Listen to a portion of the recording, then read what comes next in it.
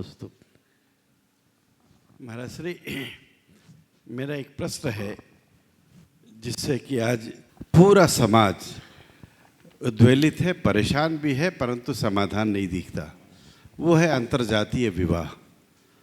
आज शिक्षा, पहले शादियाँ 14 साल, 15 साल, 16 साल में हो जाती थी, एक नासमझ उम्र में हो जाती थी। अब हर परिवार के अंदर शिक्षा बहुत बढ़ी है, खूब अच्छी, हाईली क्वालिफाइड हर बच्चे होने लग गए। नतीजा ये है कि एक समझ जब डेवलप करती है तो जो साथी है, जो साथ में पढ़ने वाले हैं, या फिर एक अपने चुनाव के मुताबिक वो अपने वर को ढूंढते हैं या वधू को ढूंढते हैं। हर परिवार, जो चाहे वो जैन धर्म का हो, वो पालने के समय ये दिक्कत हो जाती है उनको कि अब विवाह करे तो किससे करे और क्या उसका समाधान हो। एक बड़ा जो है हर घर के अंदर ये परेशानी आई है शिक्षा के ज़्यादा होने से, शिक्षा हर घर में पहुंचने के बाद से। जी देखिए, इस सवाल पर अनेक बार हमने प्रकाश डाला है। इसकी जड़ में जाने की जरूरत है। सहशिक्षा इसका एक बड़ा कारण है, शिक्षा कारण नहीं।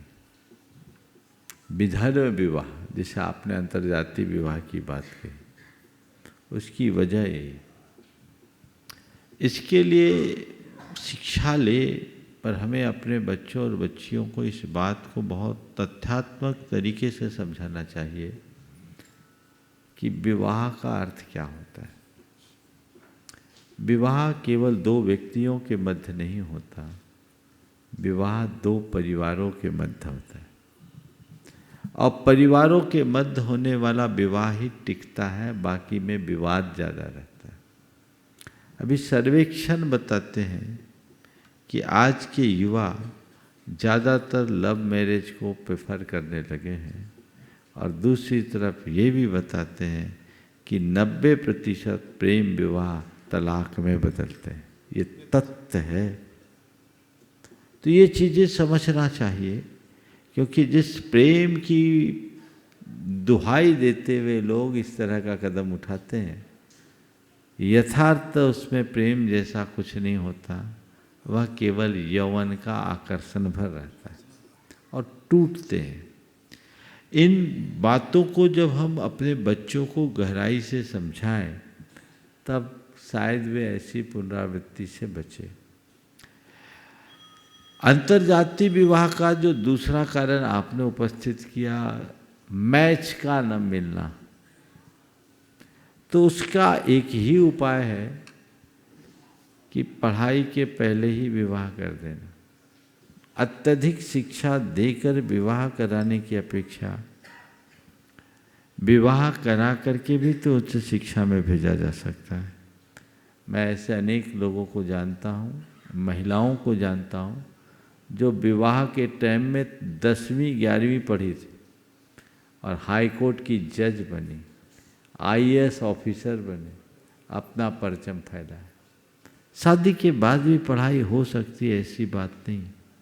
क्या ऐसा नहीं हो सकता जिससे सुकून भरी जिंदगी जी सके? क्योंकि अत्यधिक शिक्षा ग्रहण कर लेने के बाद जब कोई स्त्री परिपक्व युवती बन जाती है, तो उसको उसके दाम्पत्य जीवन को चलाने में भी बहुत कठिनाइयाँ होती। दंपति का जीवन तभी मधुर होता है, तभी तक मधुर रहता है जब तक वे एक दूसरे के होके जीते।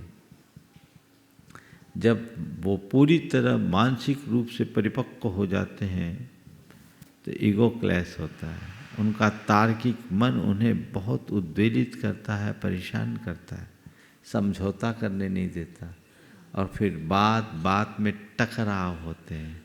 जहाँ टकराव वहाँ तकरार, प्यार कहाँ, परिवार कैसे चलेगा, टूट जाते। तो ये सब चीज़ें हैं जो बहस का विषय है, इस पर विचार करना चाहिए। और फिर विलंब से विवाह के कारण संतान के पीछे भी लोग बहुत परेशान होते हैं और डॉक्टरों के चक्कर काटने पड़ते हैं, बड़ी मुश्किलें होती हैं। तो ये सब प्रकृति के विरुद्ध कार्य है। हमें इन पर गंभीरता से विचार करना चाहिए उच्च शिक्षा होनी चाहिए, लेकिन उच्च शिक्षा का स्वरूप भी हमें तय करना चाहिए। और ये बात भी दिल दिमाग में बिठाना चाहिए कि केवल डिग्री की शिक्षा से हमारा जीवन नहीं चलेगा, जीवन का बोध हो तभी जीवन चल पाएगा, जिसके लिए बहुत सारी आवश्यकताएं हैं, उसे हमें साथ लेकर चलना चाहिए।